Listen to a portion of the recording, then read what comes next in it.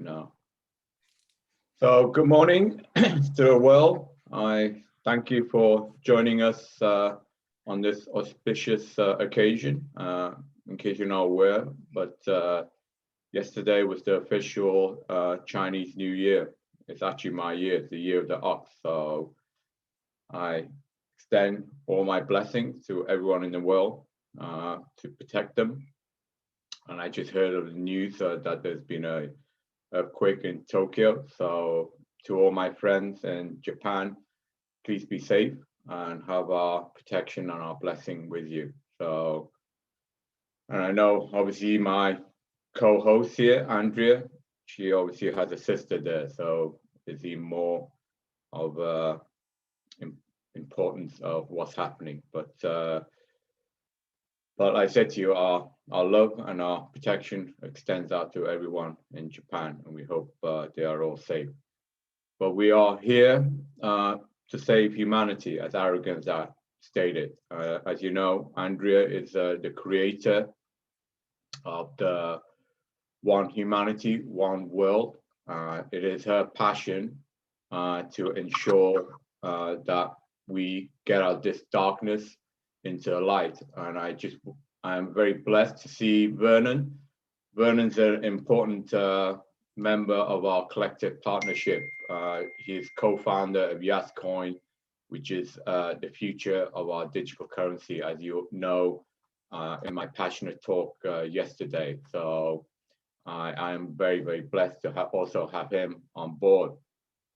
But today's lecture, which is the 14th in the series, as far as I'm concerned, is one of the most important, critical aspects of it. I simply entitled "Racism is at the Heart of Evil." I'm those that follow my posting know just how vehemently anti-racist I am. I just, and I effing this, effing that. I'm extremely obnoxious, extremely rude against racist people.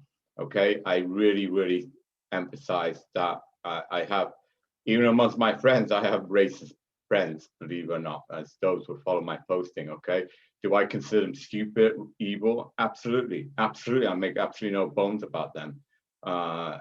Again, I don't shy behind that because they're my friends or even my family. I do not shy by going to their face saying how stupid and evil they are when they're racist, okay? Racist and bigotry. One thing I found in life is that if you're a racist, you invariably are homophobic or sexist or every other evil sin that comes under this umbrella. It's within that nature, okay? So anyway, I instead of just basically talking about why racism is evil, I'm going to tell you a story, okay? A prophecy story, believe it or not. So in 2012, as you know, 2012 was the Mayan calendar. Some people say it's the end of the world, but in the Mayan calendar, it's just a cycle of the universe. Okay, so in 2012, I went with the film crew to Arizona, to beautiful Sedona, Arizona. Film crew headed by Michael DeJean.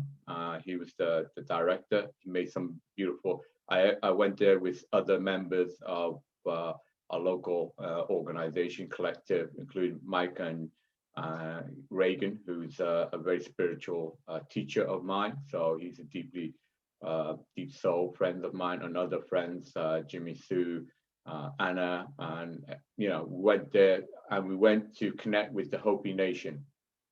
And I'm not going to go too much detail about it, but the Hopi Nation is one of the most obviously those that study Native American know the trauma that they've gone through historically, so the racism that they've faced in the life. But anyway, we were taken by one of the sacred spiritual teacher and leader, Ruben Salke, who's on one of the Hopi Nation reservation. We were taken there and we're taken to Prophecy Rock. Prophecy Rock is an ancient rock which has pictographs carved on it. No one really knows how many years. It could be hundreds of years. It could be literally thousands of years. No one really knows. But on this pictograph, it tells the story of humanity. It tells the story that humanity can go along two paths. And this is the reason why I want to mention this and say why this is part of the racism campaign that we're on. For that, I'm going to share my screen. So if you're with me, be patient. I'm just going to share my screen with you now, and you should now see my share screen. Okay, so on the share screen, I'm just going to show you a couple of quick photographs. I'm not going to spend too long on it. So hopefully you can see the Prophecy Rock. Do you see it, Andrea? No, not yet. We see it in black. Do you see it now? No. Okay, that's sad. Again. Okay. Okay, yeah, there it is. Okay, you do see it now? Yes. Okay, so this is a picture of the Prophecy Rock. So you see carved on there is two paths. So you see my cursor. Along one path is humanity going along the top, and on another path is humanity. You'll see, I'm not going to go into full story. Those that can follow can basically Google it or watch on YouTube. But humanity basically comes from the Mother Earth and comes up, and it shows the two paths possible of humanity. One is humanity going hand in hand as one to salvation, to evolution, and to basically final redemption and survival. One other path is humanity going in conflict, rushing headlong into destruction and extinction. Okay, so those are the two paths, and I cannot describe as eloquently as the Hopi Nation. So if you ever go to Arizona, I would recommend that you go to the Hopi Nation in support of them. They need support. Okay, they are very treasured of the spirituality. They're very treasured on they're one with nature. Okay, so please go out and support them. Okay, they do need your support. Okay, so this is the Prophecy Rock and what is etched on there. Now, this is the second picture I want to show you. Vernon, Andrea, do you see the second picture of the four? Yes. All right, thank you. Yes. So why is this important? As you saw, we went out there just to visit. I'm on the left-hand side. The second one is Ruben, the spiritual leader. The third one is Michael Reagan, my spiritual heavenly teacher here on earth. And the fourth one is Martin Chappell, my best friend from England. I've known him for 30 odd years now. But I did not recognize the significance of this until many, many years later, until I was writing my memoir. Do you see what the significance of this? Well, here are represented the four colored nation of humanity. So we did not plan this. This was not like planned. And I did not even realize it until later when I was writing my memoir. So this is the eagle ceremony. So Ruben gave us, each one of us, 4 feathers and eagle feathers, which is obviously very, very holy and sacred. So we laid these 4 feathers in front of the Prophecy Rock, which we're standing in front of right now. And this 4 feathers was laid onto the ground. I will not show you, I did not call up the picture, but basically, as I was about to take the picture, the wind blew, and it blew the 4 feathers. Instead of, we had the 4 feathers pointing north, south, east, west, so in all 4 directions, like humanity going in 4 directions. But I was about to take the picture, the wind blew it, and all 4 feathers pointed in the same direction. And it pointed in the same direction as this path that's seen on the Prophecy Rock together. So, and then that was part of my memoir. I should show you the picture eventually, but I don't want to waste too much more time. But basically, that told me, you know, obviously I'm a scientist, so I can calculate probability, but that told me that the universe wanted us to go in one direction together. Now, the significance of this picture is the yellow guy is me, of course, the Chinese. So my feather points to the east. Ruben is the red guy, the red race, the native Indian, and his eagle points to the west. Mike Reagan, as you can see, is the black guy, so his eagle points to the south. And Martin Chappell is my white guy, and his eagle points up to the north. Therefore, this was not planned. Well, it wasn't planned consciously, maybe unconsciously, maybe spiritually. This was all worked out. But this 4 race of us appeared on this rock on the 2012 of the Mayan calendar, the end of the world, or more correctly, the new cycle of humanity. So the 4 races are represented in front of Prophecy Rock.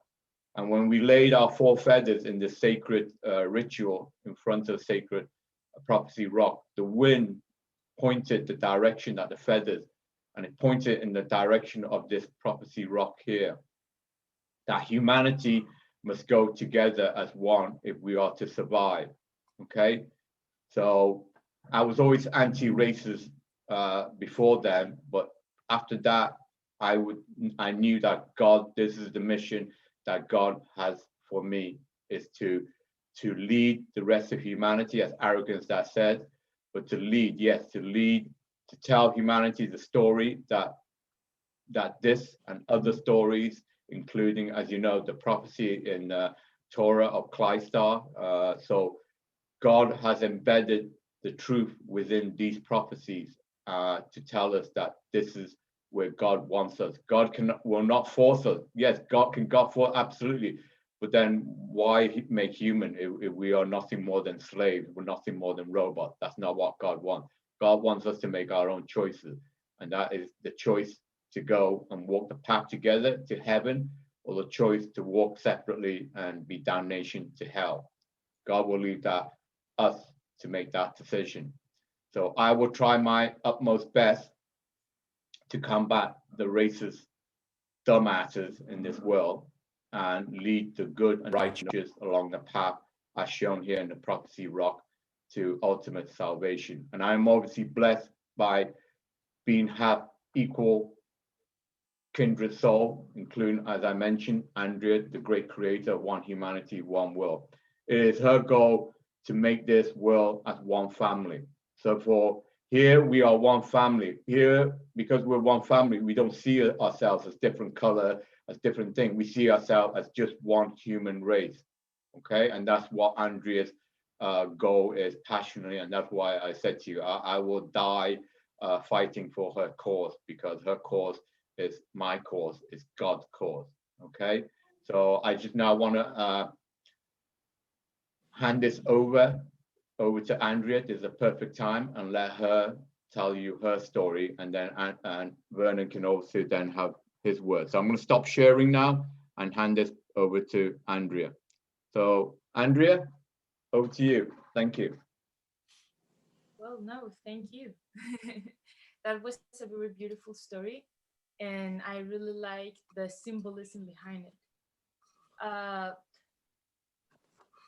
I've been born on a generation where we have become so global and interconnected in such a way that when I was a little girl, I was not aware that I was from a different race than the country I was currently living on. I was born in South America, in the beautiful Venezuela, but I grew up in Spain, Europe. And I remember going to kindergarten, and I had Chinese friends and Black friends and Muslim friends, but I was never aware that they were actually Chinese or Black, or I never realized the difference in our races. And I was not aware of it until I grew up and I listened to an old lady making a very racist comment against men just because of the fact he was Black, not because he did anything. And I was surprised, like, but what do you mean? I was my innocence as a child, just like any other child. We are born with such innocence that we are not able to see such a minor distinct that is our race. And I know that because I talk with people my age, which are in our 18, 19, 20s, we right now we have grew up surrounded by immigrants, and we find it so normal to mix up our cultures that most of us really don't understand what's the big deal about races. And I remember that when I was a child, to me, our race was just like the eye color. For example, in my case, I am brunette, but I have a beautiful blonde mother with blue eyes. My little brother is also blonde. My sister is brunette, but her skin is clearer. And I thought that if my dearest friend was African, her tone skin was just like her color of the eyes. So I never really noticed what was the big difference between us. And what I believe today is that we should go back to the purity of innocence, because that's who we really are.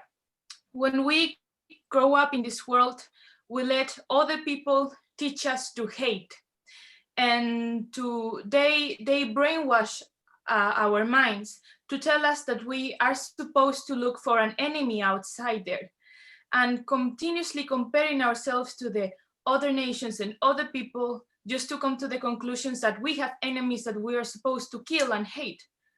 But if there is racist people in this world, it's just because they have been educated to be racist. No baby or 3-year-old child will never be racist if their parents or their teachers teach them that that's the way he's supposed to think. So in the One Humanity, One World manifesto that I wrote, I make very clear that the two most important things we need to take in account in order to achieve peace someday, is that's what we really want, is first to go to the core of our homes, because home education is the first education we ever get. The role of the mother, we see through the eyes of our parents, because they are the first one to tell us how to see the world. And I think that I am this mature and I'm able to see everyone as equal just because I learned to see the world through the eyes of a very loving mother. So I was raised to learn to love everyone I meet. And the second most important fundamental part in order to achieve peace is education at the schools, because that's what is creating the society of the morrows.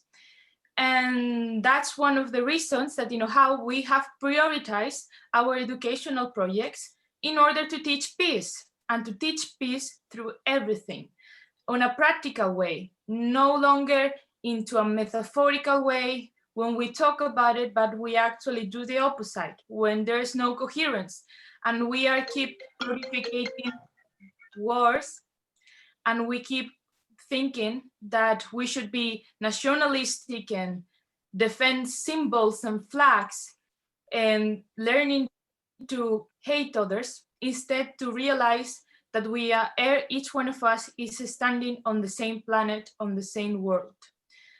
That's why One Humanity, One World is just trying to let everyone remind what we have forgot, but we all know, and is that we are one world family.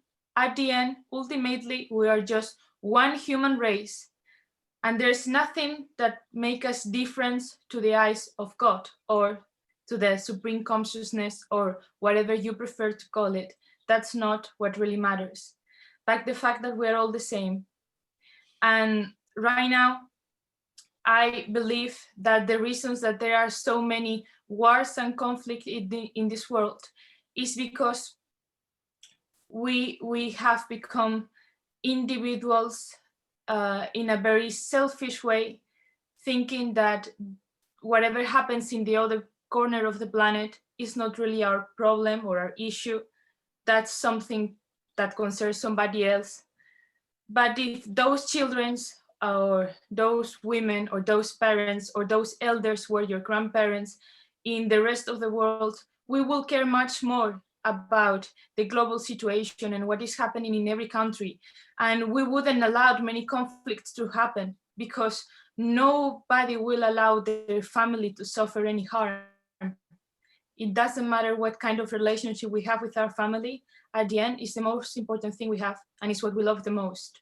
So what Ohio is basically trying to say is, let's learn to love our one world family, and let's make peace on earth, because we actually can make it if we do it together and we believe in it. Thank you very much, Leon, for this beautiful topic and this conference. No, thank That's you. really Thank I you. wanted That to was a beautiful, powerful message that the world needs to hear. And I'm blessed to share this platform with you to help deliver this most necessary message. So Vernon, I'd love to hear you comment on this. I know just how smart, wise, and obviously kindred soul you are. So let me ask you to say a few words on this topic if you can. Thank you very much, Vernon. Absolutely. Well, first of all, I want to comment on Andrea. Is that how you pronounce your name, Andrea? Andrea Wen. Yeah. Andrea Wen. Okay. That I'm very impressed by the quality of the young people that I've come into contact with over the last couple of days. It's just a coincidence. Last night I was in a conference with some young people who were talking about changing the world and the world situation. And the younger generation, the 20s and in their 20s and 30s, are proving to be very determined not to imitate and duplicate and replicate the mistakes of the older generation. And by that, I mean on a lot of levels. I love the Green Movement. I love the movement toward racial equality. I came up in the 60s and 70s, and there was a movement that at that time that seemed to have kind of dissipated. And I'm happy to see young people in the streets once again, not the ones that were rioting at the Capitol, but people who were, and not the ones who broke windows in Seattle, but people who are determined to march for peace and justice. So I'm impressed by the young people that I've come into contact with and the movements that are going on around the world. One of the things that we have to understand that racism has traditionally been about power.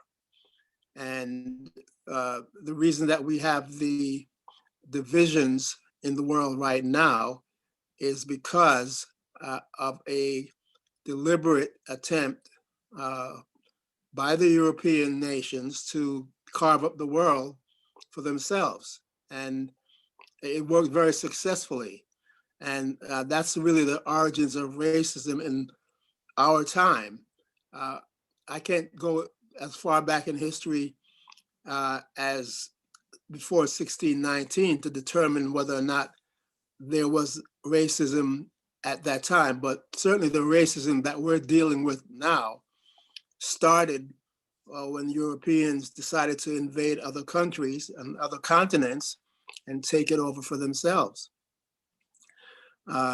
Historically, the Chinese certainly had that opportunity, and they never did. They stayed in their own country, even though they had the opportunities to sail to other countries. They had fleets before the Europeans did. They had bigger ships than the Europeans did. I'm not blaming the Europeans just for that, because people have invaded other countries for as long as people have existed. But certainly in our time, that's the origins of racism, and the evil that goes with it is about greed, power, control, and taking over other people's territory. I'm happy that I met Dr. Ying.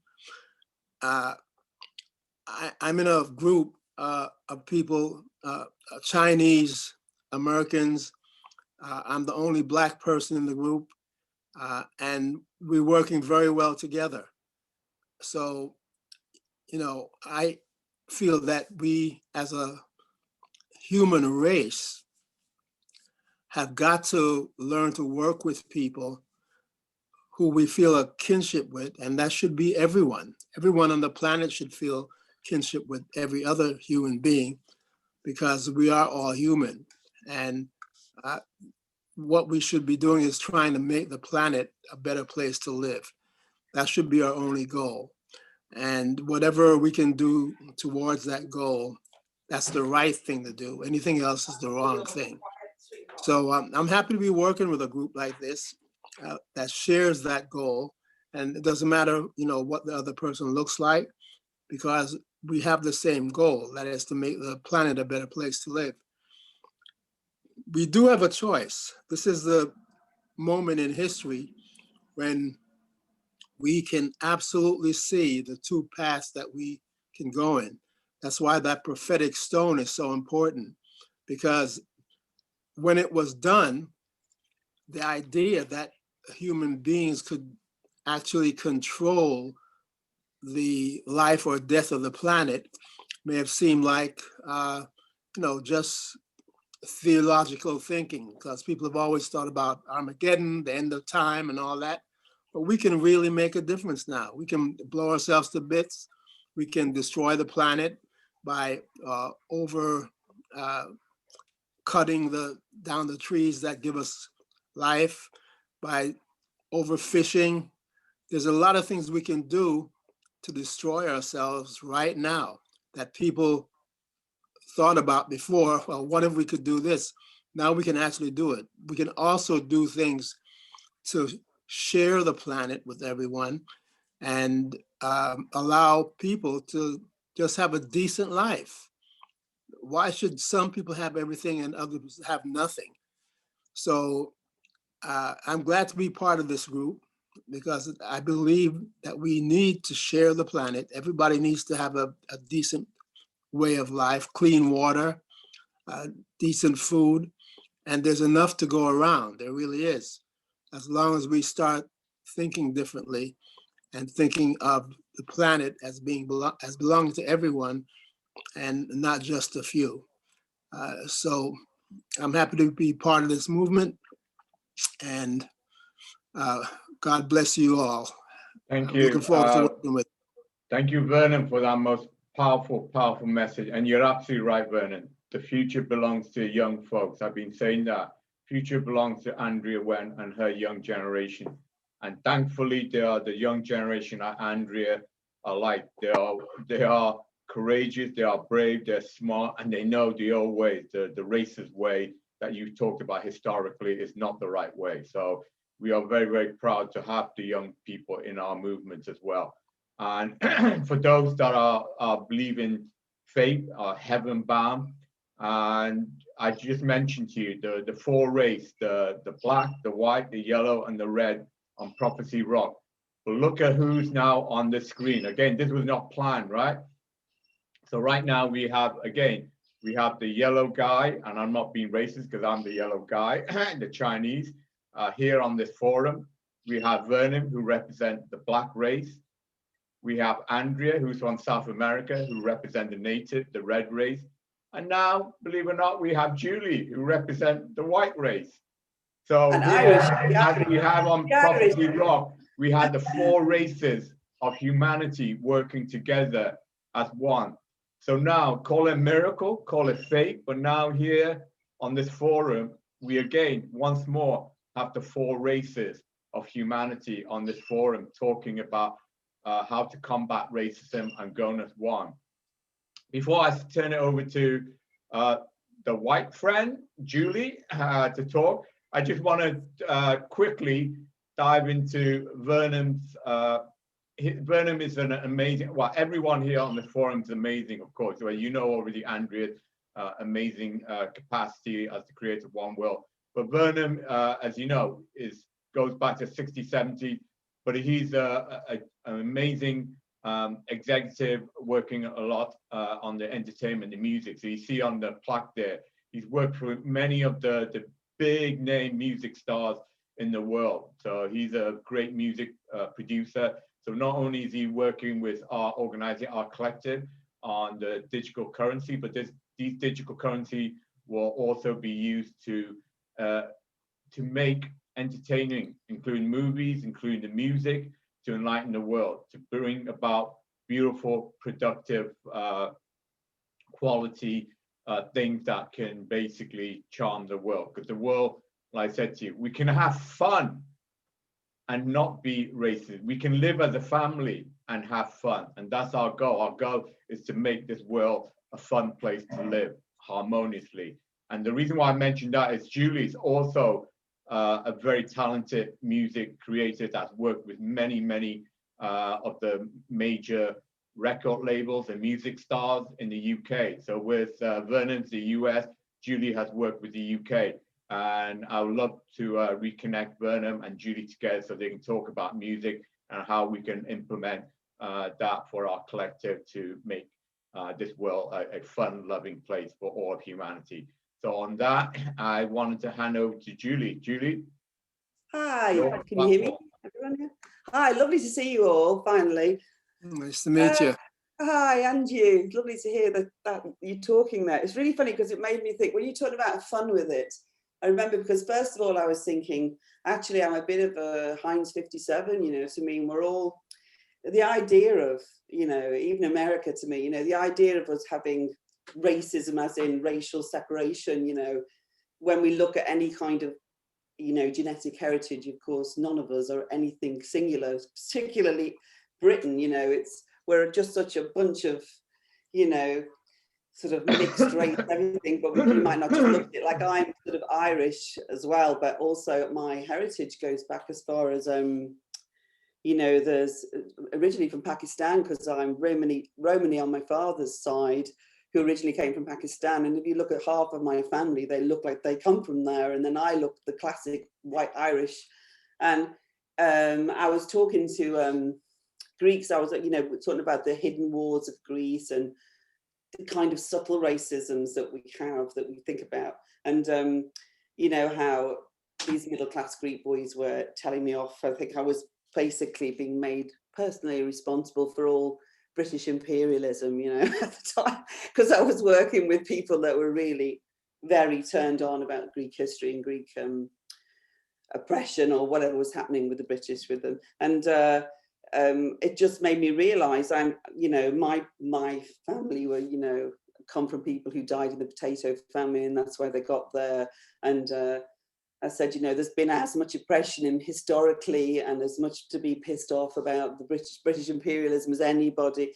And it just made me think how incredibly you can make racism happen for you, work for you, if you want to make it heavy. Do you know what I mean? But in the end, we've got nothing to separate us. You know what I mean, really. And but one of the funny stories I was thinking of, just talking about, just having a bit of fun with it, how, you know, sometimes it's sort of right on or not cool to talk in terms of whether you can say somebody's black or coloured. This was really early on, and when I was working on a track with people in Sheffield in North England, and I was doing Chain of Fools, the Aretha Franklin number. And the idea was to try and do it exactly like Aretha, so that they would think it was an Aretha number and put a cease and desist on it and get some attention for the record. This is the wild plan. And so the guys I was doing it with, I went down to do the final recording to Sheffield and waited at the train station. And I was waiting there for ages, and I saw this car going backwards and forwards and backwards and forwards. And they rang up my agent and said, she's not here, you know, we can't see her. We've come to pick her up. We've been going for ages. And he said, who are you looking for? He said, you know, you do know she's a skinny white Irish girl, don't you? She's not, she's not. And they were looking for somebody that was a classic black sort of, because my voice, they always say, sounds black, whatever that is, you know. And so he says, oh, you can tell she's black because of her voice. And I just thought it was really funny because they just took ages looking for me and were so shocked they didn't quite get over it for a good hour, you know, because my voice didn't fit this idea. And so we have all of these ideas about what we think racism is, what we think race is, you know, what we think the fact, and it's all about power.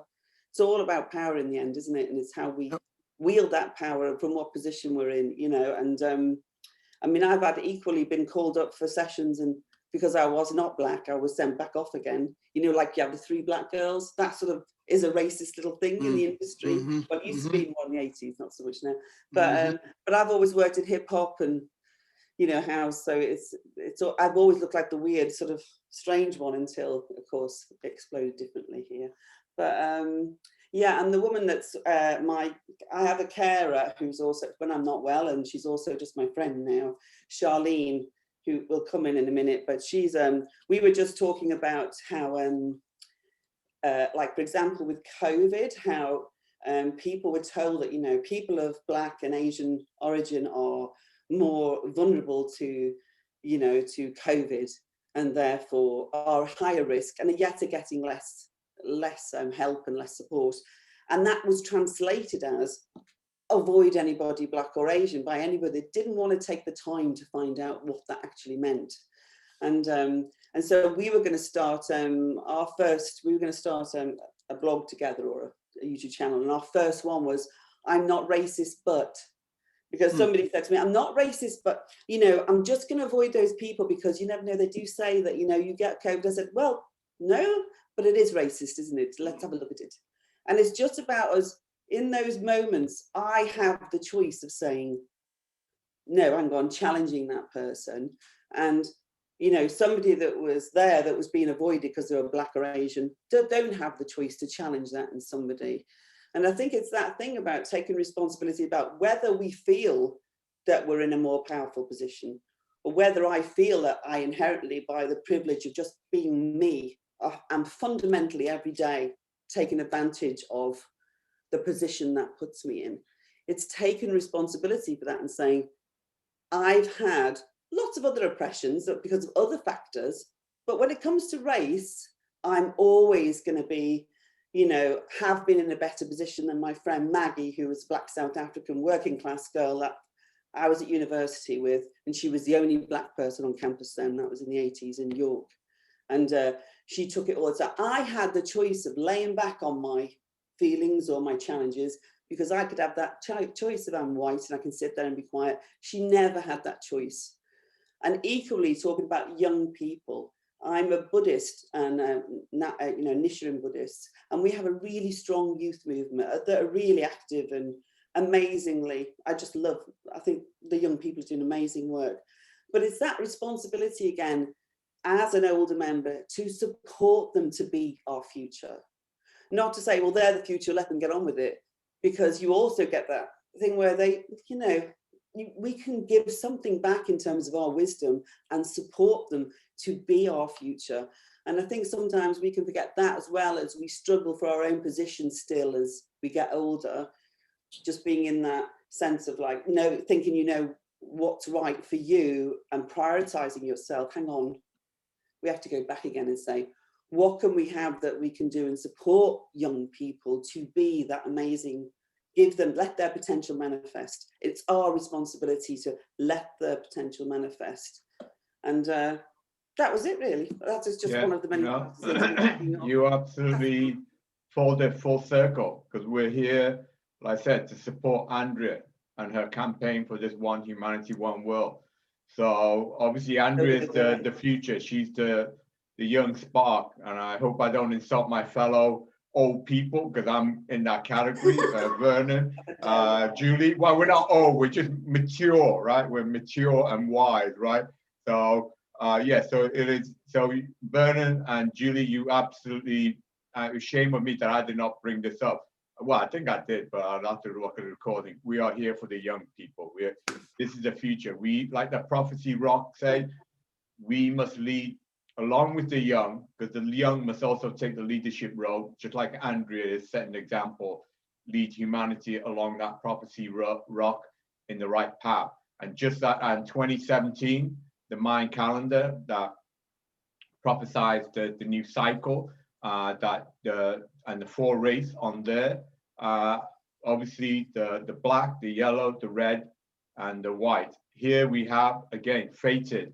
We have the black, the yellow, the red, and the white again. So it is meant to be. So the Prophecy Rock was in 2012, the new cycle, the Mayan calendar. And today I am blessed that we are now in the recycle of the Chinese New Year, in the year of the ox, my year. Therefore, it's prevalent for me and with my fellow wise people to ensure that we all lead the humanity and all the races here represented here, that we lead humanity. If we could hold hands virtually, I would, okay? And we are virtually holding hands here, the four of us.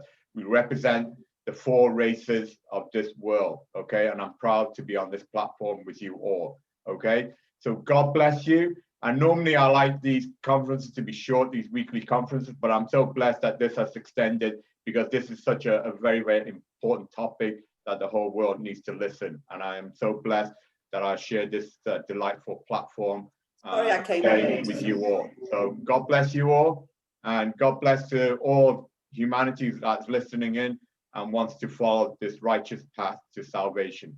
All right. Thank you very much.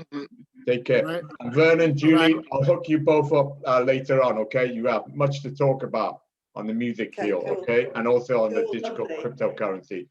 And thanks again, Andrea. You are the leader for the future, okay? Remember that, Andrea. You are the leader for the future. Thank you.